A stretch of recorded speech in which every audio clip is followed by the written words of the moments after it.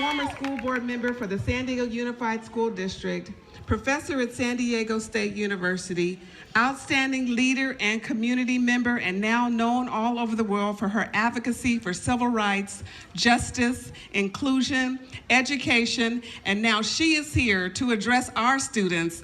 And we want to welcome to the podium Dr. Shirley Weber, Assembly Member. Would you stand and receive her and give her high honors? And we thank you for coming.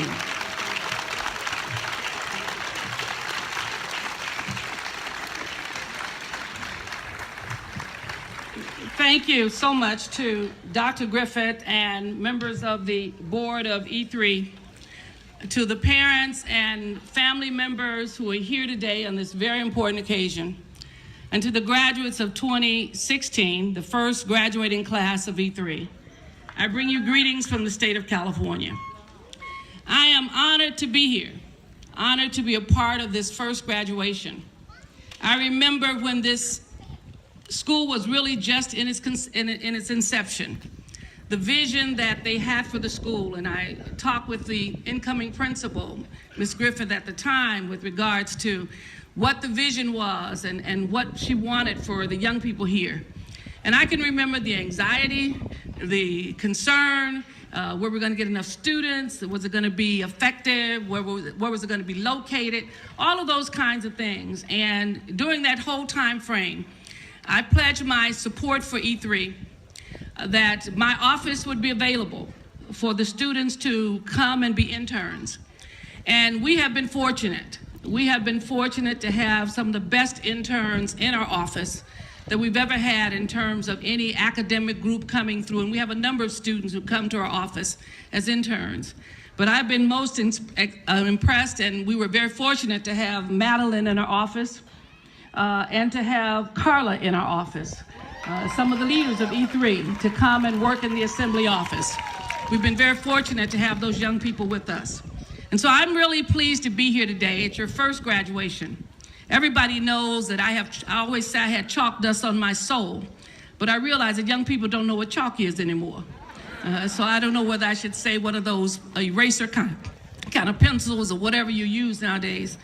But education is central to my very being. The essence of who I am is driven by my interest and commitment to education and what education has done for me in my life and what it can do for anyone else who decides to do it. So I'm really pleased because education is truly what I call the American equalizer.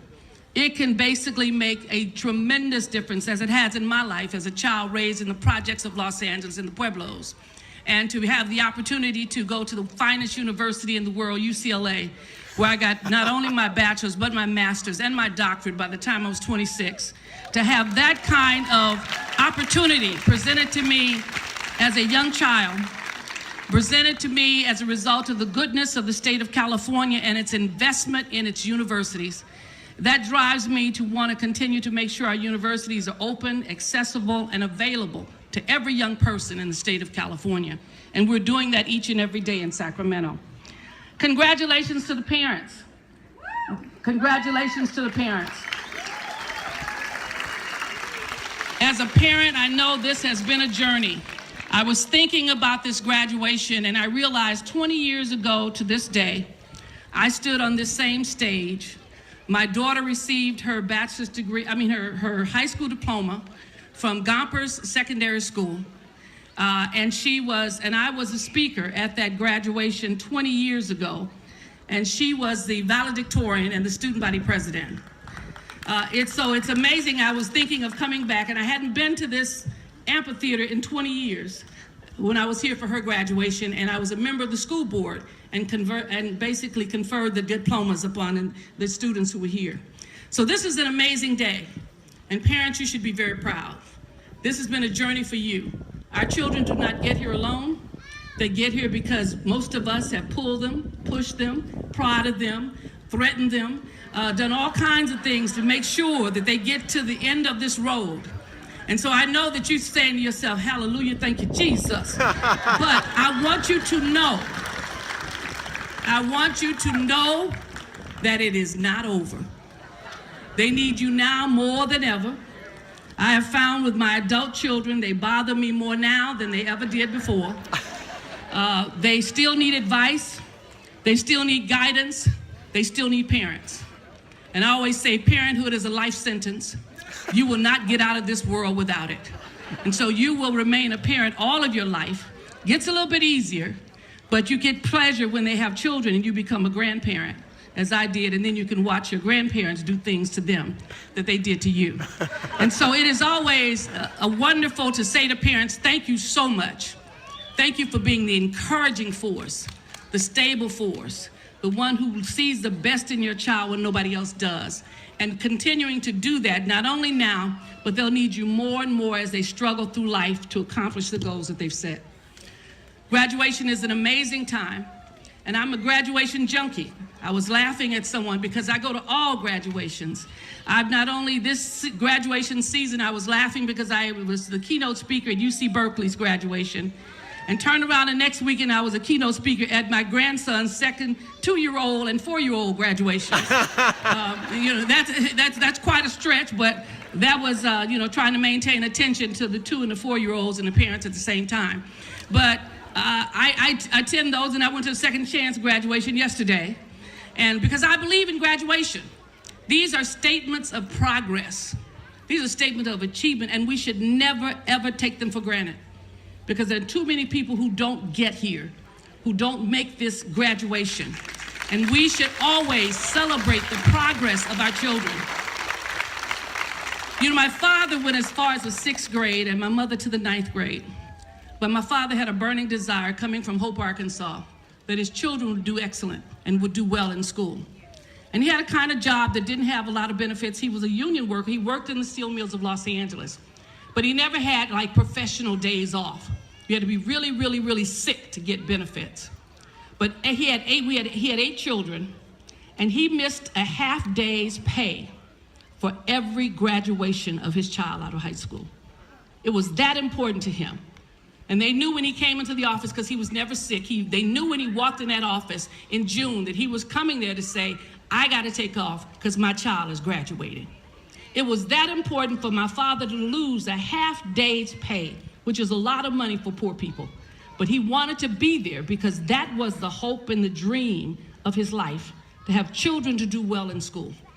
And so I want to say to you parents, your children recognize how important this is to you, because you've taken off, you've made changes, and my father's commitment to me was so deep and so strong. He told me, he said, I'll drink muddy water, sleep in a hollow log if you want to go to school. And he meant that old blues song. And so I made sure that he would never have to drink muddy water, and he'd never have to sleep in a hollow log for me to get the degrees that I had. So it's important, your role is so central. Your children pick up your dreams, your visions, your energy, your love, keep it coming. Because they're getting ready to embark on another chapter of their life that will need you to be there. No matter what, no matter how late at night, no matter how early in the morning, they need you to be there to encourage them, to give them that extra, because I can tell you there will be lots of disappointments in this life.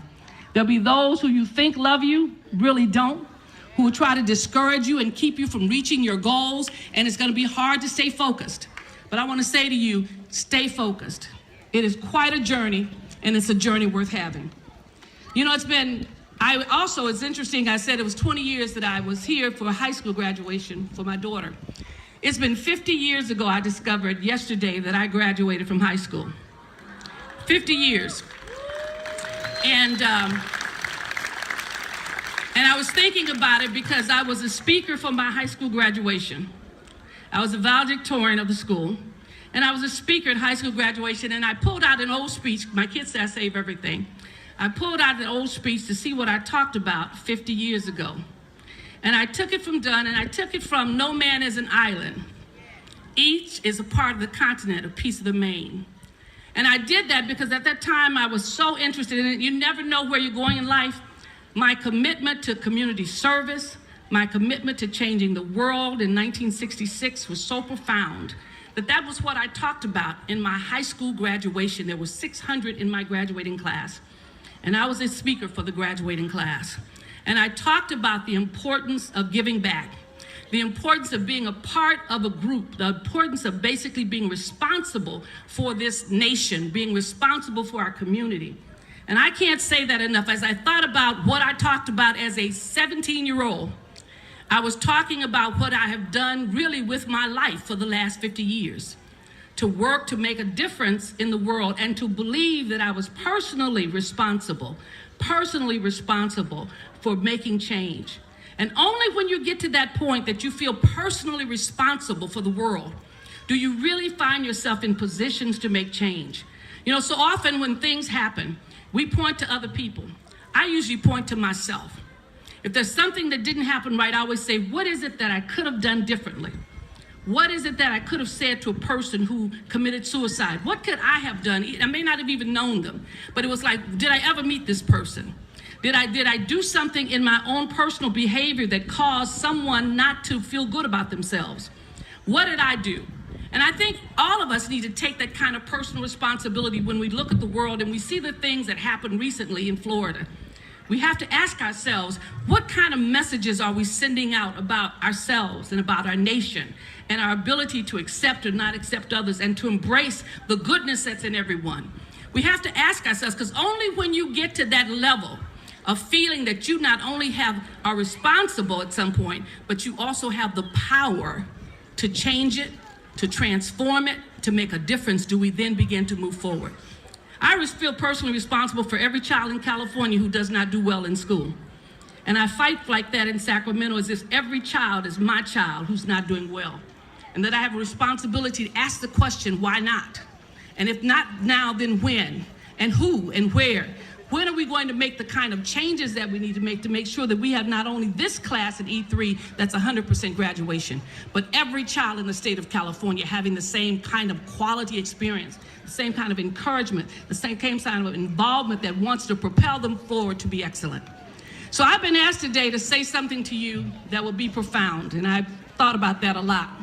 When you graduate, people want you to say something that's going to move the world, you know.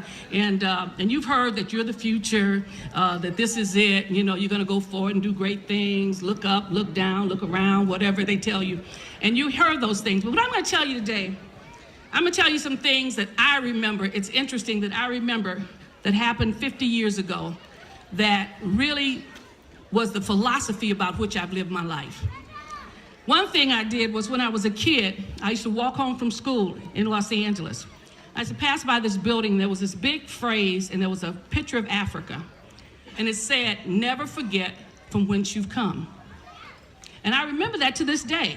Just a sign. No one ever said it to me, but I read it every day I walked home from school. Never forget from whence you've come. And I think about that often because too often we forget those who have made sacrifices for us. We sometimes have a tendency to want to thrust our past away from us without realizing that who we are right now is a combination of all the good and the bad and the challenges in life, and they have shaped our personality, hopefully for the better. Now, I often think that if I had not been a poor kid raised in the projects of Los Angeles, if I had not had economic challenges in my life, if I had not had certain kinds of things, and at the same time, if I had not had a church family that loved me and embraced me, if I had not had parents who encouraged me and brothers and sisters who did also, I would not be the legislator that I am today. I would not have the courage to stand up and fight for those kinds of things. All of that, all of those things make me who I am, and not only make me who I am, but make me committed to change the world in that area. Never forget from whence you've come. Never forget those parents who struggle so hard. Those of you who are first generation, who are children of immigrants, never forget how hard it was for immigrants to come here. Don't forget that, so that when you have an opportunity to change those situations, that you really move forward to do that. Never forget how hard it was for folks to work a job and make very little money. So when you get a chance to talk about minimum wage and changing that, that you are sensitive to those issues. Never forget from whence you come, because that is your strength. Those are the people whose shoulders you stand on. That's who you are. So I always remember that.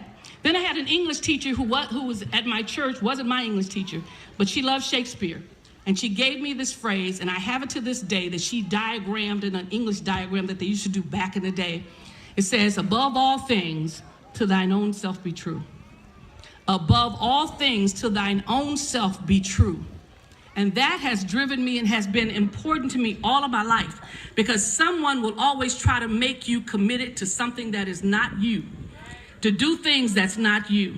And you want to wake up every morning and look in the mirror and like the person you see. You want to be able to say you've done the best that you could because you've been true to yourself. So above all things, to thine own self be true.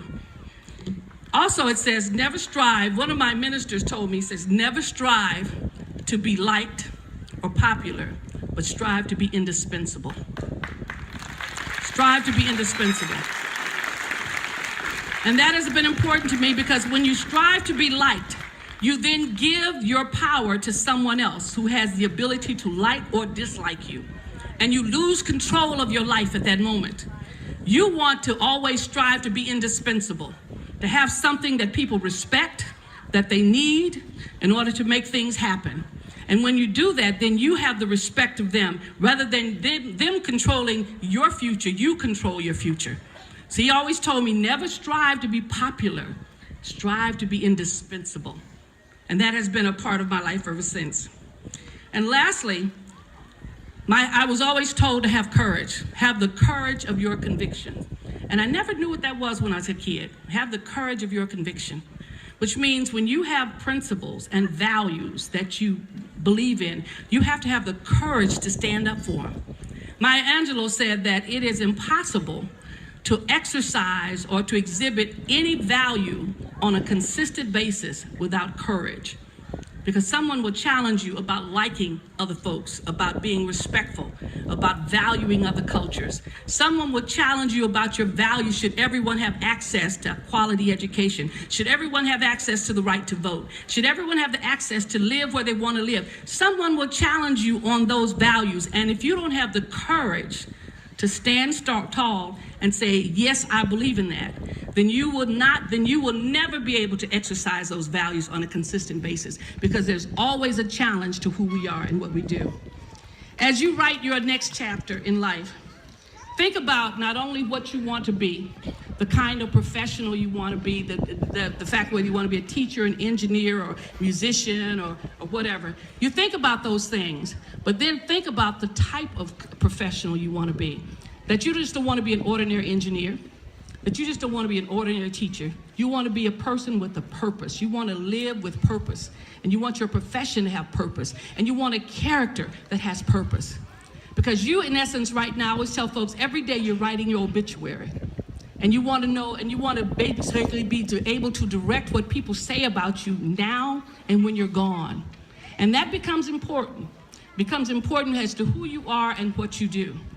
I was honored recently in the assembly. I'd gotten an award at something, but I was honored not so much by that, by what a colleague got up and said about me during the Martin Luther King celebration. And he quoted something I said. But before he did that, and everybody thought I was impressed because I was quoted on the floor, I wasn't impressed by that. I was impressed by something he said. He said, Dr. Weber, who is the moral voice of this house. And then he proceeded to say something I said. I took that as a personal compliment, that my colleague saw that I stood firm on my values and the principles that I fight for, and that he saw me as the moral voice of the assembly. That was a compliment, because I have lived my whole life trying to be a woman of integrity, trying to be a person whose word means something, that when I give my word is my bond, that you can put your money on it, you can count on it, because I've said it, and that's what I'm going to try to do. That I respect those around me, and I expect respect to come back. That I live with a sense of dignity and purpose. And so as you build your life here, as you begin to write this new chapter, as the person who's going to be the engineer or the doctor or the lawyer or whatever it is, not only build it but with regards to the things you want to accomplish, but talk about the quality of the person who's going to do that. Because that will last longer than any career, any profession that you have. It will last much longer than all of those things. And that will determine what people say about you now and forever. So once again, I want to congratulate you. You have a great foundation. You have lots of family support. You have people here with you. Your future is going to be amazing. It always is. But keep in mind that you are the master of your own ship, and you will writing your own future. And you are going to not only write the details of where you went to school and how you achieved and those kinds of things, but you're also going to talk about the character of the person who did those things. Once again, congratulations, and thank you so very much for having me.